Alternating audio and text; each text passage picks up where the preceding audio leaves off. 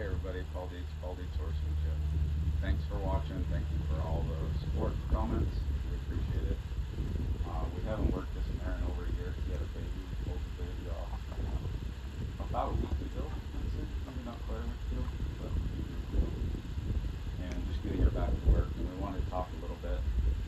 The other day I did a video on drawing the rein. If you don't have a horse, some things to practice on getting that coil and picking that coil up. So I wanted to do just a little bit with her, but also for me. Again, I don't edit these videos. I try to keep them short enough for you guys to watch, not too much, which we'll have to figure out a way. Maybe it's a LinkedIn group. It's a little bit better, so it's not so scattered. So those of you that can't stand Tesla don't have to go to Tesla to watch horses. And those of you who aren't so interested in horses, just listen.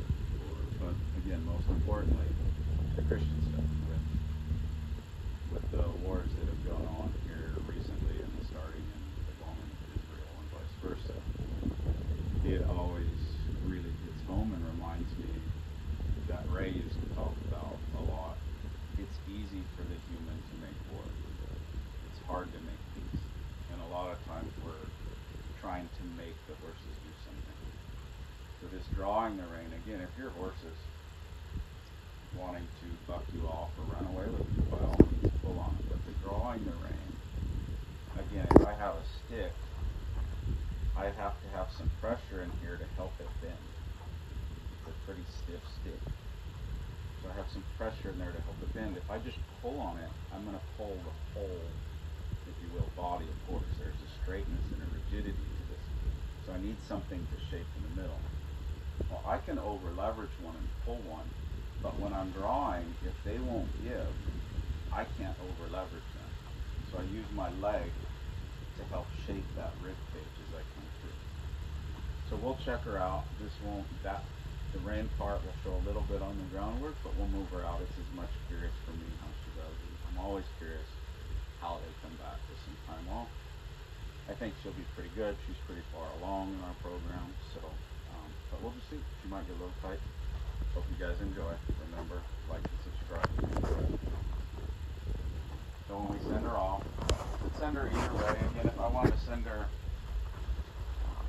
to my left, I'd take the hindquarters slightly, or to my left, I'd take her hindquarters slightly to her left, so that she could move her front quarters to the right, and then she wants to obey there. So we'll redraw her. And we'll try to get her to yield. There we go. And we'll send her out. Now I don't like to do a lot here because I'm in the kicking range, but no, she's pretty softly now. Out. And we'll just take her up to the trot. And I have my McCarty 5. Lena, get out!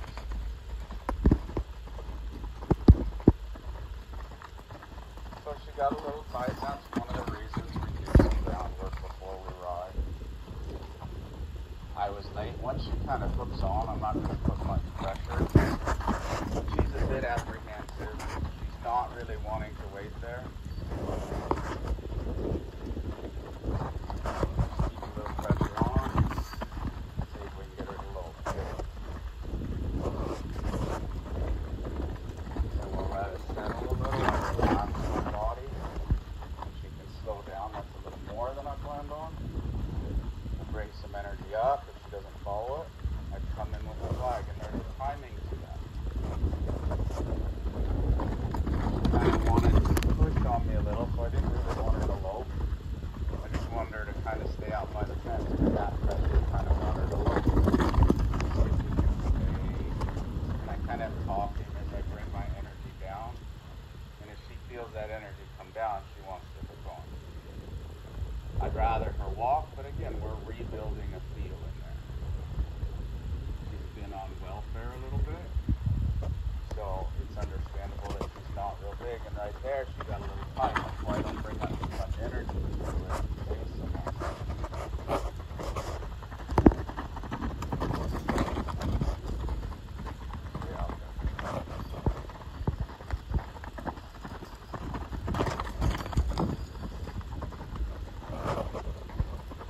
Now I'd like to, as I bring some energy down, have her work at the trough, but I don't want her to come in this time. I'm going to be a little more ahead of her. Even if she has to keep loping there, I want her to find her way to the trough. I don't want it to kind of be like an escape to the just to not work. And I got to do enough to keep her out there, but it's enough also to keep her going. So I always ask myself there when she pushes, did I do too much or did it take too much? Right now it just takes too much. There's no feel. So I kind of go back and forth on that. Either way, once I get a change, it's almost face, so I almost have to back off. Because her body's not prepared. So I don't want her to face her off, but yeah. I want her to feel there's the trauma.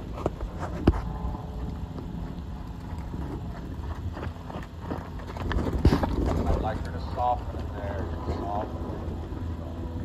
Now we might draw her in.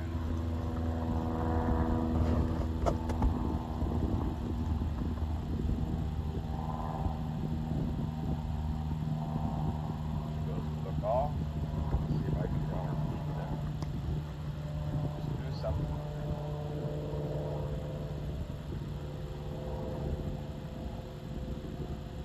I'd like her to like to be here a little more. I had someone comment on one of the posts, kind of a scary place where you kind of go to a coach gym or you move a little fast and he runs away. And I said the horse started to soften and just let me come up to him and pet him. There's so many times again that people are in such a hurry that we just don't spend enough time just petting them. And especially like we're working on stop. I see a lot of times people stop them and then within a couple seconds they're right back to going again. And then they kick them in the belly to go, and pretty soon the horse, if I could answer for the horse, sometimes it's like, well shoot, I maybe don't want to stop too much because I got behind your legs, so I'll just keep going the next time. So again, it's important to spend that time petting them. Act like you want to be with them, as my friend says, even if you don't. Buck used to say that a lot. And of course, we're all into horses because we like horses, and this is just a way and some things for you to think about. But you can pet them poorly. You see some people, they like to smack on them, and she can get used to stuff like this, but that's not affection. I like to pet them with my hands closed, firm, like their mother would lick them, even though she's been a mother. I'd like them to feel that softness in there. And some horses just don't like to be petted. They don't pet on them. Just like some people like a hug and some people like a handshake. They have to get used to it, but don't do it so much that you annoy them. Again, when I halter all my horses, I want her to push her nose to the halter, so my elbow, it's hard for you to see, but I'm kind of kneading it down till she gives and turns loose there. And she reaches for the halter. It doesn't have to be perfect, but as they get older, I really, if I had to spend my time just softening them, getting them to put their head down, that's kind of a vulnerable place for a horse. And typically in Mother Nature, they don't want to get their head down if they're worried that trouble's going to come, because Mother Nature tells them to keep their head up. They have a better vision of sight. So a lot of times as you see horses grazing in a herd, some will be sheep, but then usually you'll have someone else, a lead mare, somebody that's a little more sensitive, kind of watching over the surrounding areas of predators and stuff like that. I just want to make sure that they'll soften before I get on. Now again, we talked about drawing the rein from the snaffle bit, and I even do it from their back. As I change hands, I don't step in front of her because that kind of blocks her motion off. I want to keep her driving as I change hands. So I change hands, and I start to step into her and push this rib cage over. Well, if she jumped too far, she would feel it. But I want her to feel as that float starts to come out, I want that to mean front quarters there to come across. Again, if I pull on the right rein, I'd like you to go right. If I pull on the left rein, I'd like you to go left. So as I go to change, I keep them in drive. I keep walking forward of the horse, and I want her stepping away. Now back then. Driving the hind till I'm ready. Then I'll take that slack out and come to my right, just like I would have on a cutting. And that's how I draw the rein from the ground. Start from there. So in the next video, we'll put this snaffle on, kind of go over that again. It's always good to see for somebody. In case you missed another one, or sometimes a different horse will bring up something unique or different. So I'll show that again. But I hope you enjoyed this video. Again, it was just a kind of a cool way for me to come back in memory and see how she was after having a baby. Hope you enjoy it. Happy trails. Enjoy that journey.